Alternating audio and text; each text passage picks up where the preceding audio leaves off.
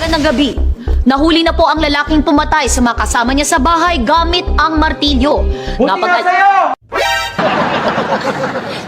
Napag-alaman na ang lalaking ito ay dati na palang may kaso ng pagpatay gamit ang martilyo, kaya siya ay mahaharap sa patong-patong na kaso at pagkakakulong. Yan ang bagay sa'yo! Mabulok ka sa kulungan! Hoy!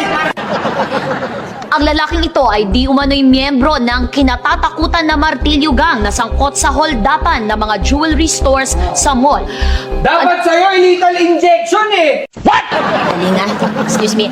Sir, kanina pa po kayo humihirit eh. Kilala niyo po ba yung biktima? Hindi po. Hindi po. Yung suspect, kilala niyo po? Ito po, opo. Kapitbahay po namin yung tarantadong yan eh. Bakit po parang galit na galit po kayo sa kanya?